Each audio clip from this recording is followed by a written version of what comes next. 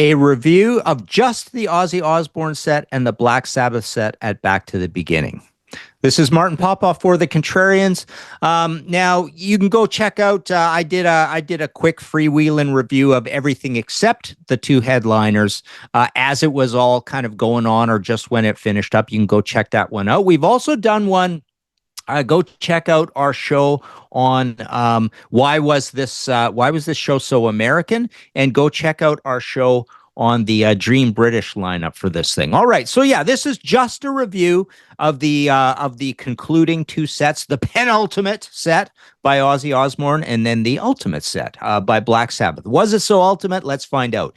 So the Ozzy Osbourne set was surprisingly great. Everybody loved this set. All the comments I've seen, I thought Ozzy was singing amazing. I think he did a really, really good job here. Especially on I Don't Know, Suicide Solution, and Crazy Train. So the songs in order were I Don't Know, Mr. Crowley, Suicide Solution, Mama, I'm Coming Home, and Crazy Train. His band, okay, let's talk about Ozzy first of all. Like, people have talked about how I've seen some comments, he's sitting there in that big chair with the big top thing on it. That top thing obscures a little bit of what's going on behind. I've seen people complaining that you couldn't see Bill because that thing was obscuring the vision. Bill obviously is Black Sabbath, not here, right? In this case, it would have been Tommy Clufetos. But yeah, let's talk about the band. Ozzy was singing amazing. He did a really good job. He was hitting the notes. It was not Doctor. I mean, people have talked about how there might have been some stuff done for the live for the delayed broadcast, but when you look at the clips, you're seeing the raw thing, and Ozzy is doing fine. Adam Wakeman is there, a great utility man there, son of Rick Wakeman on keyboards. Zach is doing his usual amazing being Zach. He's the most important. I'd say he's the most important guitarist the Ozzy Osbourne band ever had. Second would be Randy. I'm just saying that because Randy was only there for a couple of albums. Then Jake's super important as well. But Zach is kind of the guy you think of, the guy that we think of over many years. So it's great that he's there. He's got his kilt going, all that stuff. Mike Inez on bass. Wow, great to see him there as well. And I think Tommy Clufetos absolutely killed it on drums. He did a great job. There was a lot of busy drumming throughout this entire show that was not very good.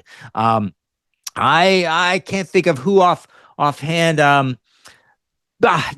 were a few times that I remember seeing some of these songs and thinking these guys are overplaying. Now, Tommy Clufetos is a busy, dramatic player, but his sense of rhythm is so good that he's just hitting everything. He sounded great up there. So he brought a lot of energy to this band, as did Zach, right? So yeah, that was great.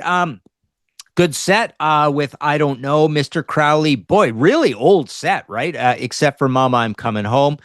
So all this stuff was performed and executed rather well. Mama, I'm Coming Home was the one where people were choking up. They thought Ozzy was kind of choking up on this as well. And it was one that felt a little more fragile. I don't know. I didn't really need it in this set anyways, although it does have the poignant title and idea of the Mama, I'm Coming Home, because here's Ozzy and Sharon coming home to Birmingham sort of thing. All right, moving on to Black Sabbath.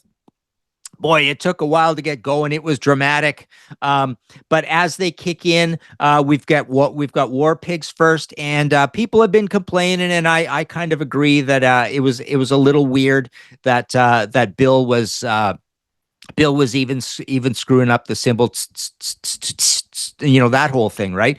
And then some of the fills. This is a complicated drumming song to play. So to have this be the first song, it is.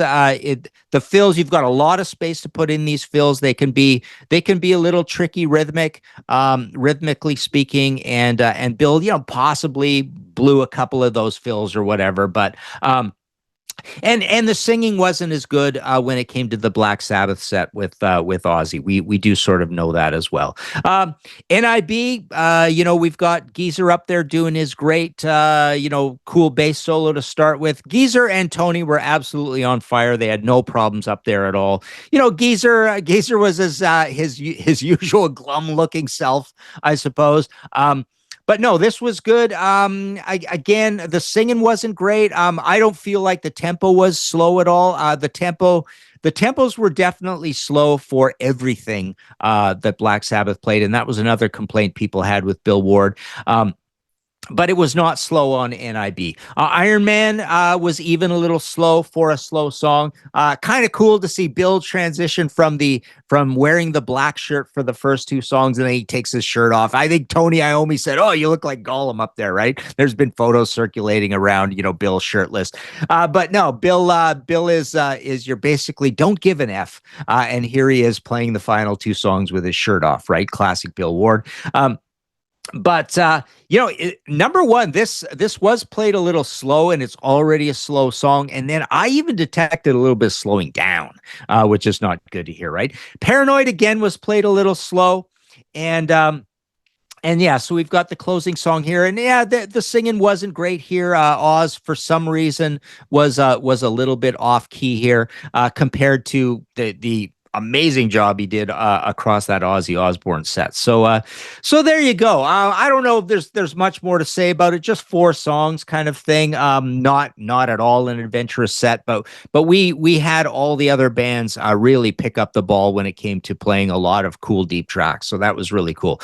But yeah, Ozzy's set. And the other cool thing is you got to realize, people are complaining. Of course, Sabbath is only playing 4 songs, but they're pretty spread out. They're pretty long. There's a lot of parts in them and stuff. But for Ozzy, Ozzy is doing a 5-song set just before it as well. So he's doing 9 songs in total, which is kind of cool.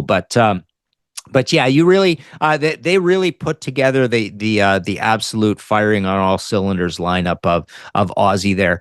Jakey Lee was not in the Ozzy band. I've heard things saying that he is battling arthritis a little bit as well. People also said that there were a lot of out of tune guitars throughout this whole thing, and that might have been a problem that Jake was having. I don't think Jake was particularly happy up there. He was probably distracted a little bit, but yeah. This Aussie band was absolutely firing on all cylinders. I mean, they almost seemed like a viable touring act.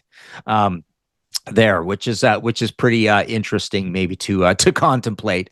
Maybe Sharon and Ozzy noticed that as well. But yeah, we'll see. So there you go. That's my review of just the Ozzy and the Black Sabbath sets of this big long awesome ordeal in tribute to Black Sabbath. Let us know in the comments what you thought of their set. You can like and subscribe. You can check out martinpopoff.com for your heavy metal books. I've written a bunch of books here. I still can supply my Sabbath story in two volumes. We got Sabotage, we've got Born Again, and my other Sabbath stuff is out of print, but those 2 I can still supply. And check out Grant's Rock Warehouse. Grant also has a channel. He's part of the Contrarians, but he's got his own channel as well. Yeah, check out my audio podcast, History in 5 Songs with Martin Popoff. I haven't missed a week yet. I'm at week 315 on that. And there you go. Go listen to some Black Sabbath.